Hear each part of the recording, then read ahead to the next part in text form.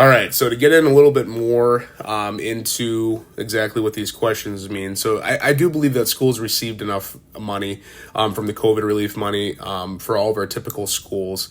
The purpose was never to increase teacher pay or recruit new teachers. Really, the purpose, guys, was to make sure that our buildings were safe for students to return to, and then ultimately keep them back in the classroom. Now, I'm with, as far as the frustration goes on how we fund our education system and all of that, I understand those concerns.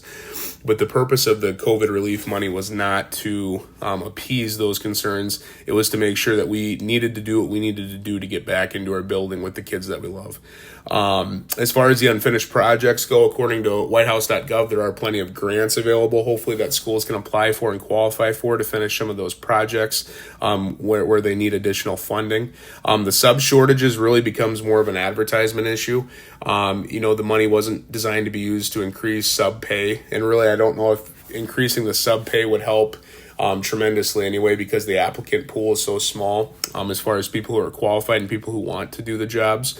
So I think it's more of phrasing, how this can be an opportunity to have a lifelong permanent job, if you can come in and improve yourself in the sub path, I guess. And then finally, the new variant, there is a new variant going around, and a good reminder that all this stuff changes very quickly. Time for my Pacific perspective, brought to you by the Pacific Ocean. 71% of the earth is water, but we are the largest and deepest, just like the opinions on the Fireside podcast, hosted by Brennan Gehring. Time for me to be Pacific about my own thoughts and feelings.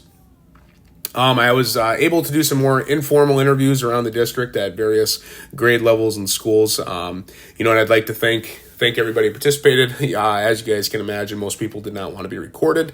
I did put some live recordings on last week, so again, thank you to Kim Ahman and Lisa Lambrix. But thank you to everybody who participated in this. I talked to about 15 different staff members, and their answers ranged from worrying about sub shortages to worrying about the new variants.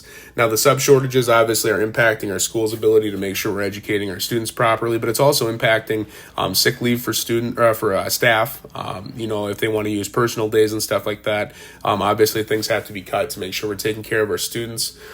Teachers were still concerned about how the money had to be used. Some of the interviewees last week voiced that as well, but the money really had to be used in specific ways.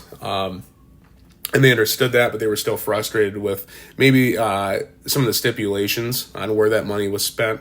And then, of course, we're always worried about students' mental health, and about 6 or 7 of the 6 or 7 of the interviewees this week mentioned the need for helping students that are struggling mentally. Academically, below I have the achievement gaps. That's obviously critical, but at the end of the day, it was nice to hear how many staff at the end of the day are just simply worried about their students' mental, health. But it's also very concerning. So making sure that we are properly using our funds and resources to make sure that all students are being taken care of in that regard.